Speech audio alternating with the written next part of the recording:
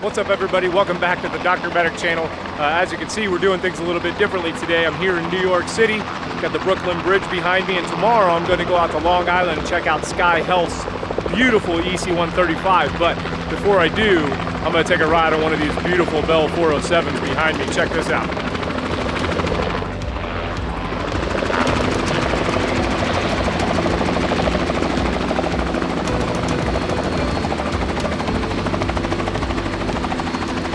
Couple 206s over there as well. Let's go check it out.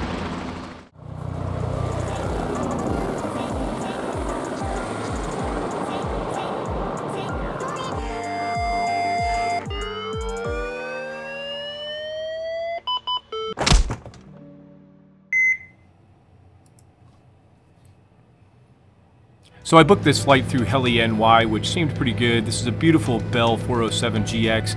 The safety brief could have been a little bit better, like my focus job on the Statue of Liberty here. But otherwise, I thought it was pretty good. Had a great couple of couples with me from Belarus and Switzerland. And the pilot just took us everywhere, man. Got some great views of Staten Island here. The Verrazano Narrows Bridge here that goes from Staten Island over to Brooklyn. Absolutely amazing. Stunning view of downtown and the Freedom Tower there. Just perfect time of day. Sunset comes in a few minutes. Got great view of Midtown here, Central Park. Pilot was super cool. This guy's name was Mike, and he's a watcher of the channel, so I'm super glad that he was there. Very polite, very professional, and we finished it up with a beautiful sunset over Jersey City. And the way that he came in to land was just one of the smoothest landings I've ever seen. It was absolutely amazing.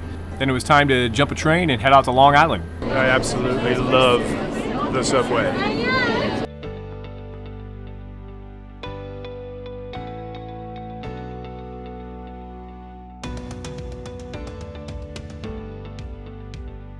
All right, guys, as I said, we're here at SkyHealth, which is in Ronkonkoma, Long Island, New York.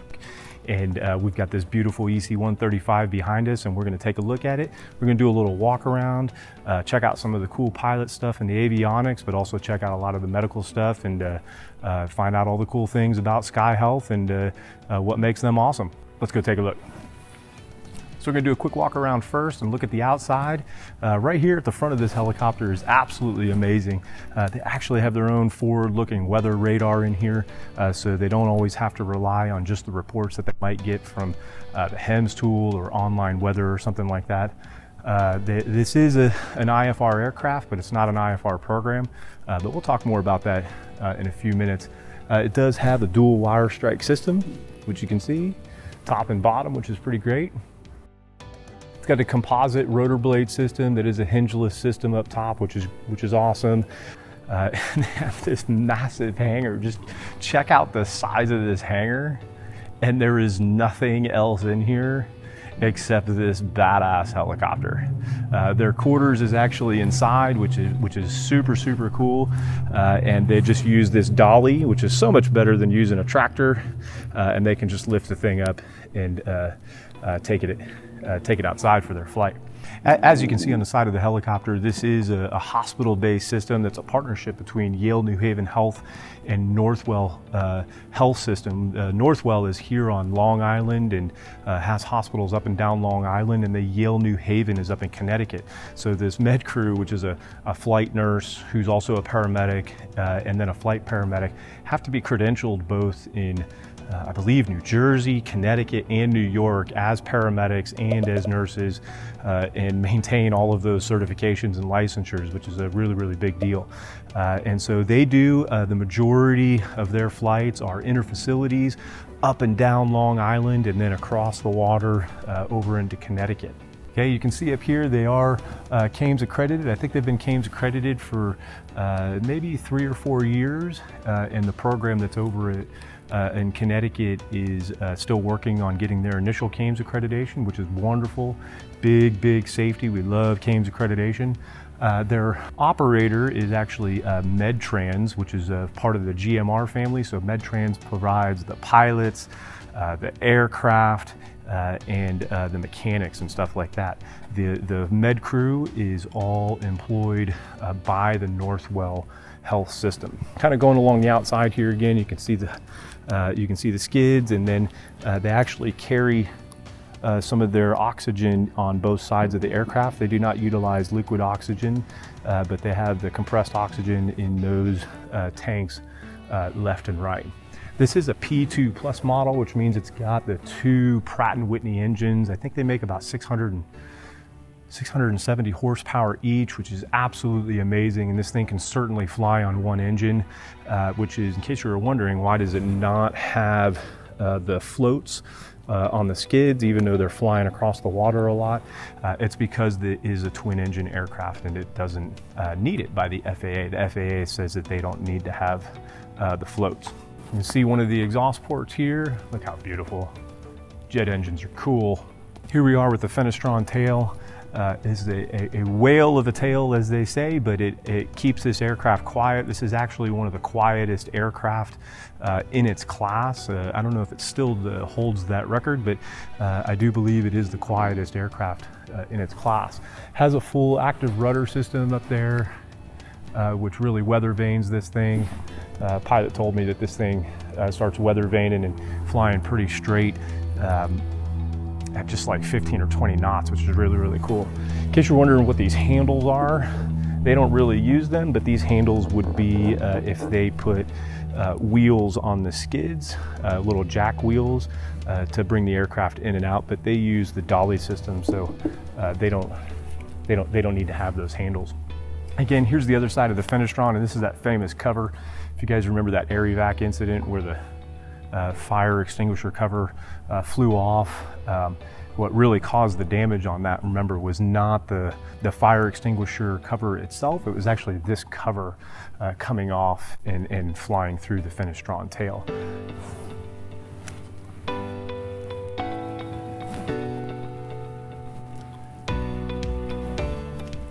The other engine here. And here's that other tank that I told you about that holds the oxygen on the other side. Okay, so one of the big advantages of this helicopter is that it does have its own stretcher system, which is great because you don't need to be bringing a patient bed or a stretcher up to the aircraft. And it actually has the twin doors in the back, which will open up here in just a second. But that's probably one of the biggest safety features of having a clamshell door helicopter like this, where you don't have to have people who don't work for the helicopter service underneath the rotor blade system while it's turning. But let's go open the door and take a look at the stretcher system in the back.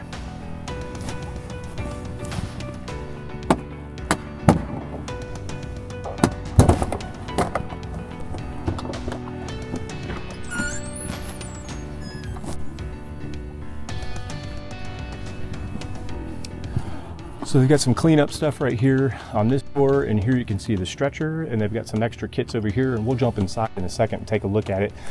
Here's one of their mobile oxygen tanks, and they keep this QR code here, which is pretty cool. It's for PR purposes, so if you're interested in learning more about the SkyHealth system and you want to learn more about them, you can scan that QR code right there. Okay, so now we're going to jump up in the aircraft and take a look at the back and the medical side. Okay, you can see the stretcher system here, and it's absolutely amazing that they're able to fit this in here. If you're sitting in this seat over here, you can see that that's going to be a super tight fit. If you're used to flying in an A-Star 350, then you know how personal it is to sit in this seat and have that patient's head right there. But it's perfectly safe. You just put your feet around the patient's head, and you can still control the airway and manage everything with the patient. I'm sitting over here on the seat on the right side of the aircraft, and so there is a little bit of an opening here, and this is where the crew is going to store some of their extra equipment. There is a drop-down seat right here. They wouldn't fly family, but if they did have an extra person that they needed to bring on board, this particular service does a lot of neonate, ECMO transfers, cardiac stuff, things that require maybe like a specialty team, like a neonate team or an ECMO team and a perfusionist, and they can actually pop that seat down right there and have an extra crew member sit there, and this would be their headset. This right here is going to be their suction unit and some of the equipment that goes along with it. I am absolutely floored at how great their restocking system is. So you have these pouches, and there's stuff labeled all over the aircraft for the med crew. Like there's number 11. Here's pocket number 9, 6, 7, 8, and so forth. And so normally you just have extra loose stuff in here, but the way that they do this is kind of a pretty high efficiency. In here they list their equipment, and then they seal this bag up, and so you wouldn't actually check the expiration date or replace any of these unless you actually cracked into this. So if you crack into this bag, you don't go and replace just that little part. You take the bag back and replace the entire bag, and then when you bring the bag out, you just slide that in there, and it drastically cuts down the need to inventory. One of the other great things about being a hospital-based system is that their controlled substances is actually stored in a Pyxis system inside their base, so they don't have to do all the daily checks of controlled substances that you might have to do every single day because it's electronically stored in the Pyxis. Let's take a look at some of the medical stuff here on their stretcher. Again, it's absolutely amazing that they are able to have their own stretcher system and load it into the aircraft like this. They do say that if the patient is over a certain weight, I think over 350 pounds, that they actually have a sled system that they can use in here in place. So it's good that they have the option to do both. So we're going to start up here at the head. This is actually the headset that the patient would wear. Very important to control noise for them. That reduces their fatigue, reduces their overall stress and the noise. And also they can obviously communicate directly with the patient through that headset. I always forget the name of this, and I forgot to ask them. Again, I told you where I used to fly, we used to call this a burrito, and they would wrap, this is basically what you wrap your patient in because controlling temperature is very, very important, which is probably one of the reasons why they have this thermometer over here. This is their cardiac monitor, which in this case is going to be the Zoll Pro Pack. And this is what they would end up using to take the blood pressure, monitor cardiac rhythms, pulse ox, their O2 saturation levels. They can do full 12 and 15 lead EKGs, but this is also what they would use if they needed to transcutaneously pace the patient, cardiovert them, defibrillate them, all packed into one little thing there. And then their trauma and med bags are based down here. When they're giving medications, if they're not going to be pushing them through just like a bolus or something like that, through a syringe, they're going to use these IV pumps, which are the Sapphires. These are single channel pumps, super, super cool, super easy to use. If you're used to some of the older systems that had like 3-in-1, it was pretty convenient that you could have three different channels or 3 different meds going through one pump, but they never worked. They never, ever worked. Anyway, this is the Revell vent, great vent. I do believe that they are updating this to a Hamilton vent coming up pretty soon. You know, the Hamilton vent can do the super high flow oxygen stuff and does a little bit better with certain pressures and parameters and stuff like that. But I love this Revell. This Revell is great. Here's 2 more Sapphires that are over here. And this is their comm system up here. They do have a sat phone, but they've also got their regular radios that they can communicate with, and they can also controls their intercom system, talking here inside the helicopter as well as talking up front with the pilot. There's not necessarily a full bulkhead here, but there is a cover here, and so we'll go look up front in just a second. This is where they plug their helmets into and their comm systems, so they can control whether or not they're talking to the patient or talking to the pilot or talking to a hospital or physician through their comm system. Up here is just some of their lighting systems. So this is your regular interior lighting. This particular program is a night vision goggle program, and all 3 members, the pilot, the nurse, and the paramedic, are all wearing night vision goggles. And so we wouldn't use these lights at night, right? Because this would mess up the night vision goggles. So they have a separate light, which is right here, which is night vision compliant, and it won't drown out the light. Like I said, this is a MedTrans organization under the GMR, Global Medical Response umbrella. And I absolutely love that they have this CRM checklist right here. You guys can kind of read through it. But basically they're going to do an RA or risk assessment. They're going to confirm where they're going, what altitude they're gonna fly at, what the weather is like, how much fuel they have, did they do a walk around? And I love this right here, check this out. Should we cancel this flight? If you have to ask yourself that, you probably should cancel the flight. And here's just a couple other things right here that they're looking at before takeoff and before landing to make sure that they've gone through all of these checklists with themselves as well as with their pilot. Okay, so that's the medical compartment. Let's jump up front and take a look at the cockpit. All right, so like I said, very, very important. If you guys look at some of the previous incidents like that have happened in the past where they didn't have a med crew sitting up front for eyes, at this program, they always have a med crew sitting up front if they don't have a patient loaded. So they're gonna sit on the left side and we're gonna take a look at that seat real quick. All right, let's hop up in and take a look. Oh, but before we do, you see their life vests here. These guys do fly over water, and so they do have to have a life vest that goes on over their flight suit because they regularly fly across water. They also have to do the dunk training, which I don't know, some people say that's cool, some people say it's a nightmare. I've never got to do that. If you've done that before, you know, give me a comment below about whether or not it's actually good training. Does it actually prepare you? It feels like that's something that I definitely want to experience at some point. Anyway, let's take a look at the other side here.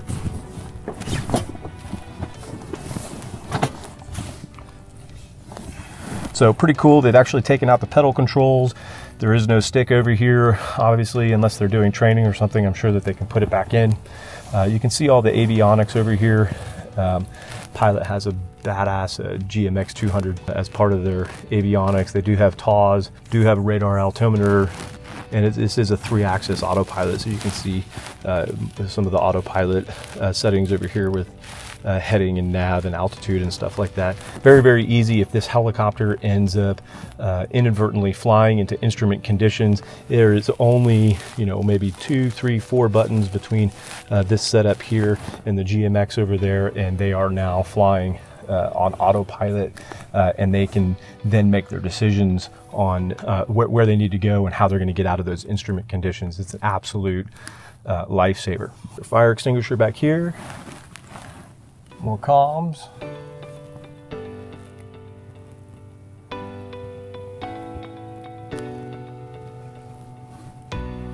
The rotor brake system here. Cool helmet. Again, another great thing on this side, they have a sliding door, which is always a little bit safer because it doesn't, you know, reduces the chance that a wind gust when you're on the ground is going to knock this door. And then again, on this side over here, this is where it doesn't matter which med crew, this is where one of the med crew would sit who's managing the airway of this patient. It looks like a tight fit, but man, it's a tight fit in pretty much all of these helicopters. One of the cool things about this program is that even though they have a critical care flight nurse, who is also a licensed paramedic, and then the other person is a paramedic and is not a nurse. One does not outrank the other. They work together as a team. It's all about taking care of the patient. Their scope of practice is basically the same, and they probably just flip back and forth from one patient to the next. You know, you run this call, I'll do the paperwork. Next call, you do the paperwork, and I'll manage patient care. But when you're working back here, it's all a part of being a team and doing what's best for the patient and being safe and making sure that you can get home to your family. Did I mention that you need to check that QR code? Check that QR code. Even if you don't want to work here, check it and verify that this place is one of the coolest places to work in New York.